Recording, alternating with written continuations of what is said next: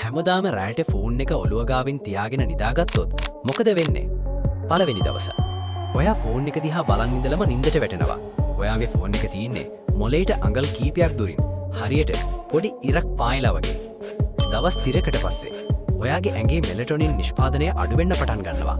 Phone එකේ නිල්ලෙලිය ඔයාගේ මොලේට කියන්නේ තාමත් දවාල කියලා. ඔයා නිදාගත්තට ඇත්තටම ඔයාගේ ඇඟට විවේකයක් ලැබෙන්නේ නැහැ.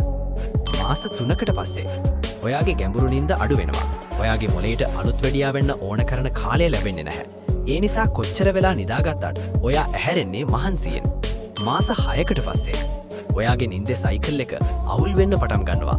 දිගටම EMF ගැන කියන විදිහට තද වශයෙන් තහවුරු කළ විද්‍යාත්මක සාක්ෂි නැහැ කියන හොයාගෙන තියෙනවා. ඒ නිසා මයික්‍රෝවේව් කරනවා කියන එක වැඩි කරලා කියන එකක්. නමුත් නිින්ද ඩිස්ටර්බ් වෙන එක ඇත්ත. අවුරුද්දකට පස්සේ මතක ශක්තිය අඩුවීම, බ්‍රේන් ෆොග් සහ හිසරදේ වගේ දේවල් එන්න පුළුවන්. මේවා වැඩිපුරම හේතුව නිින්දේ ක්වොලිටි එක අඩුවීම.